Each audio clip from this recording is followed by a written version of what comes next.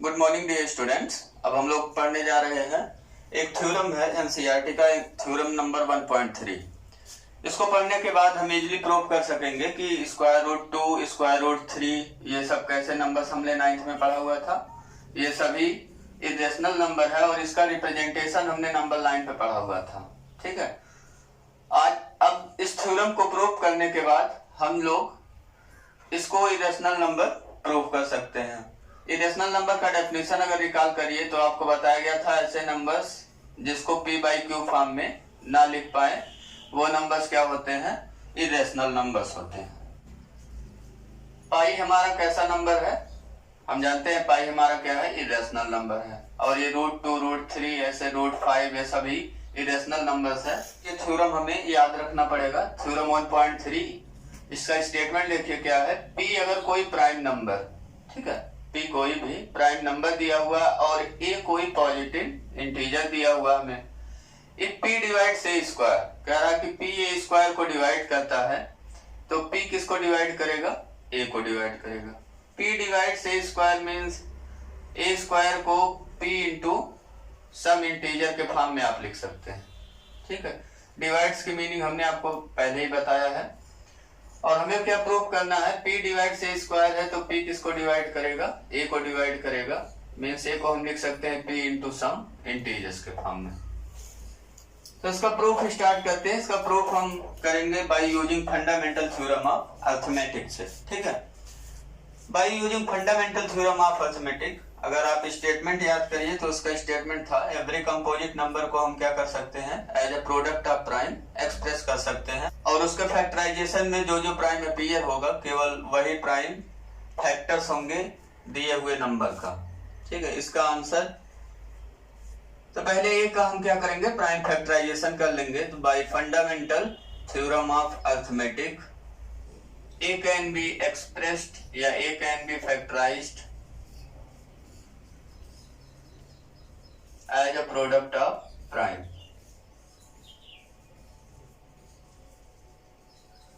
अब हमने यहां मान लिया कि a को हमने क्या कर दिया, फैक्टराइज कर दिया, प्रोडक्ट ऑफ प्राइम के फॉर्म में लिख लिया। और हम मान रहे हैं a के प्राइम फैक्टराइजेशन में प्राइम अपीयर हो रहे हैं p1, p2, p3 ऐसे pn, total n prime appear हो रहे हैं a के प्राइम फैक्टराइजेशन में। यहाँ p1, p2, pn ये सब क्या है, वेयर p1, p2 ऐसे pn आर प्राइम्स हैं। और ये सेम भी हो सकते हैं, हमने आपको समझाया था जब स्टेटमेंट में लिखवा रहा था आपको फंडामेंटल थ्योरम ऑफ अरिथमेटिक का, not necessarily distinct.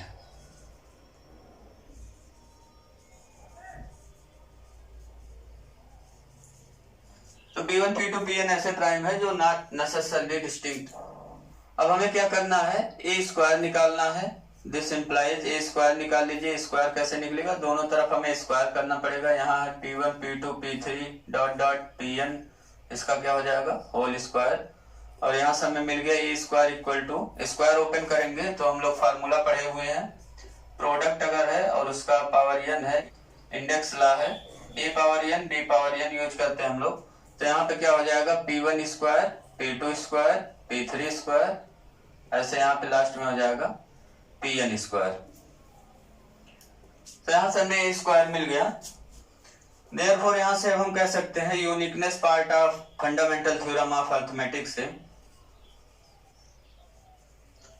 a square का कौन कौन सा प्राइम फैक्टर हमें मिला, केवल p1, p2 और pn ही, यही इतने प्राइम फैक्टर्स हैं जो a स्क्वायर को डिवाइड करते हैं। ठीक है, तो uniqueness of fundamental theorem of arithmetic से हमें क्या मिल गया, p1, p2, p3 ऐसे pn are only prime factor of a square.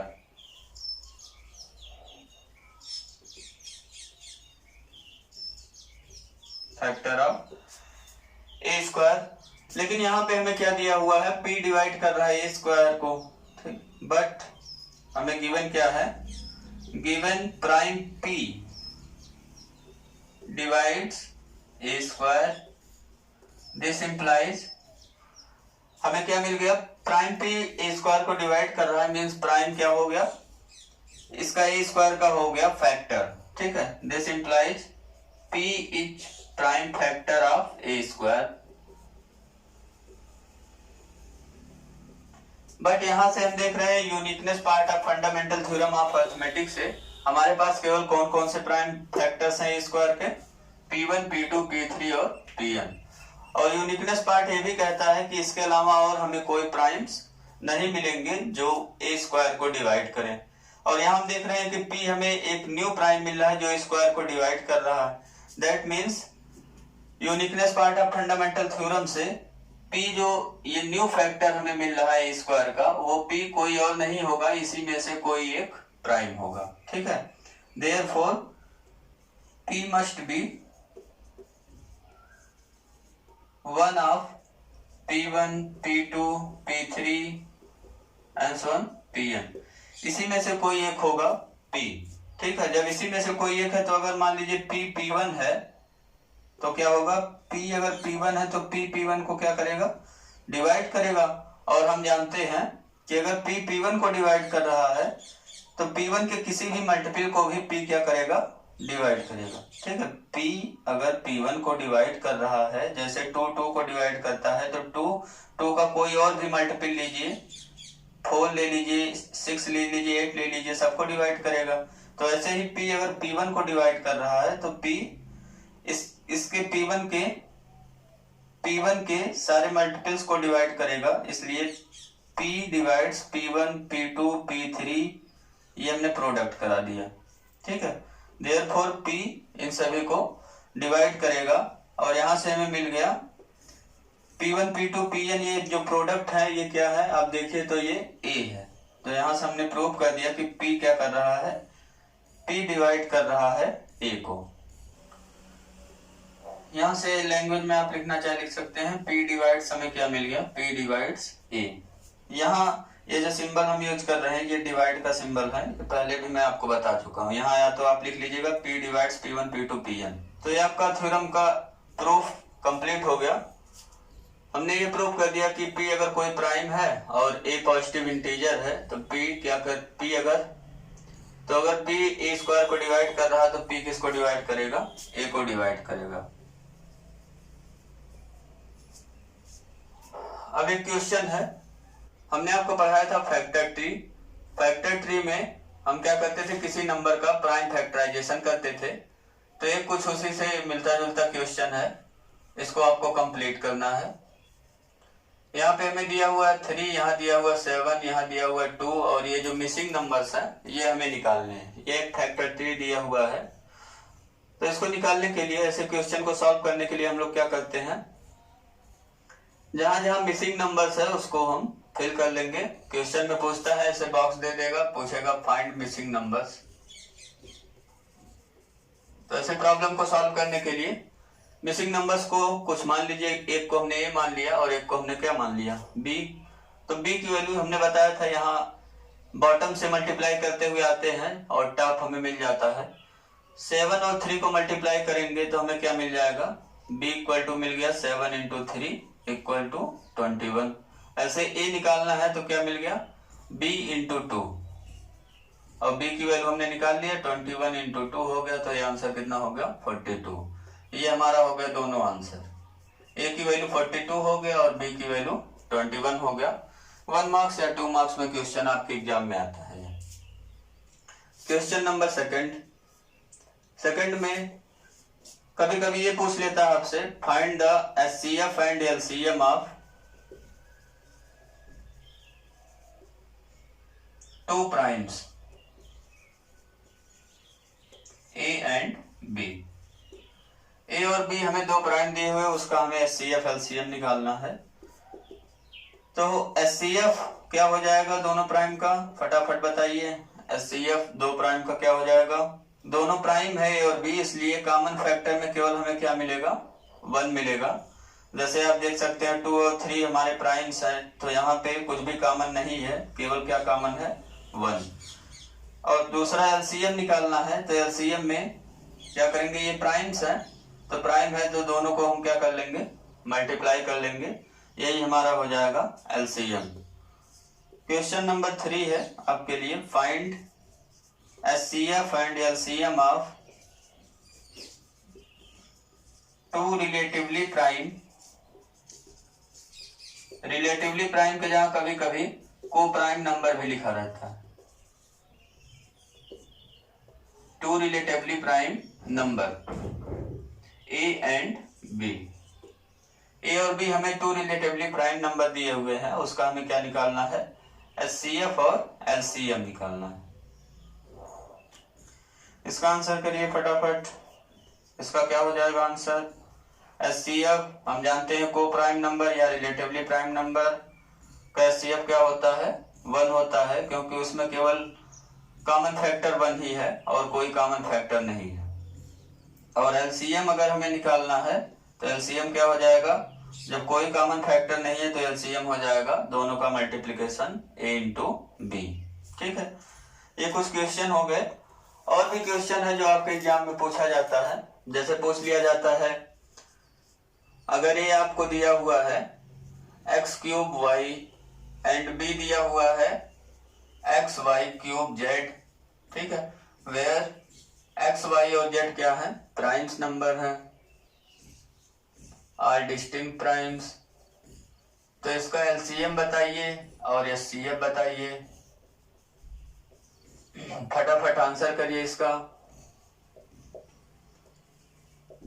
LCM और एचसीएफ बताना है आपको इसका। तो एलसीएम और एचसीएफ बताने के लिए क्या क्या करेंगे, यहाँ ए और बी दो नंबर हमें दिए हुए हैं, उसको as a product of prime express किया गया है। यहाँ एलसीएम और एचसीएफ का कॉन्सेप्ट यूज करेंगे हम लोग। गिवन नंबर्स हमारे पास है a equal to x cube y, b equal to x y cube z. HCF निकालना है अगर हमें इन दोनों नंबर्स का, तो क्या करना पड़ता है, ए और बी का हमें क्या लेना पड़ता है, कॉमन फैक्टर्स। तो कॉमन फैक्टर्स कौन कौन से हैं यहाँ पे, दोनों जगह देखिए तो x है और y है।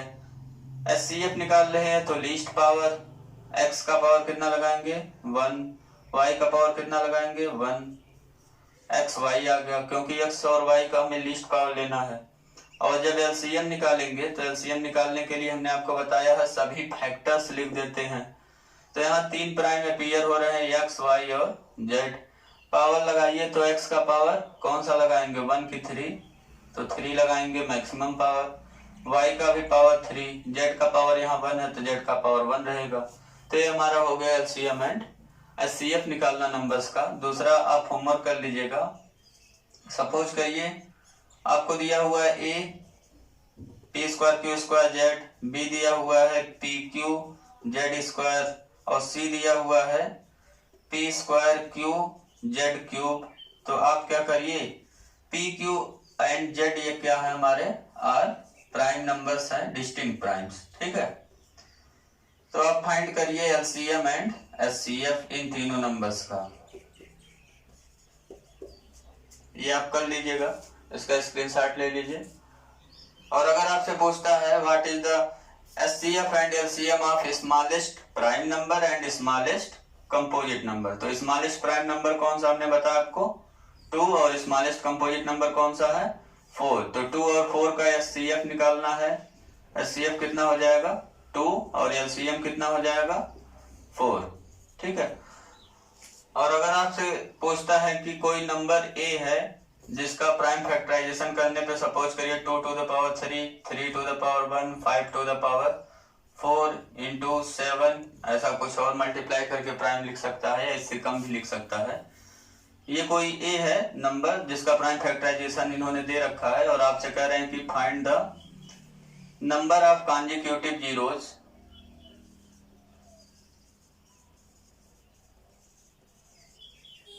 इन ए। ठीक है, ये हमसे पूछ रहा है। तो ऐसे क्वेश्चन को सॉल्व करने के लिए नंबर ऑफ कॉन्जिक्यूटिव जीरोज निकालना है इनमें। तो हम क्या करेंगे, जीरोज देखिए कब बनेंगे हमारे पास लास्ट में एंड में कॉन्जिक्यूटिव, जब 2 और 5 दोनों फैक्टर्स हमें मिलेंगे, 2 और 5 मिलकर के क्या बना देंगे 10।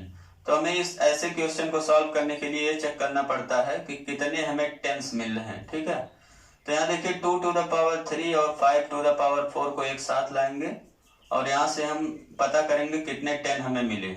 तो 2 टू द पावर 3 है, 5 टू द पावर 4 है। एक तो आंसर यहाँ से आप कर सकते हैं 2 और 5 का जो मिनिमम पावर होगा, 2 और 5 का क्या होगा मिनिमम पावर, मतलब छोटा वाला पावर लीजिए वही जो होगा वही आंसर हो जाएगा। ठीक है, तो यहाँ पे 3 है मिनिमम, 4 और 3 में कौन मिनिमम है? 3, तो यहाँ आंसर क्या हो जाएगा?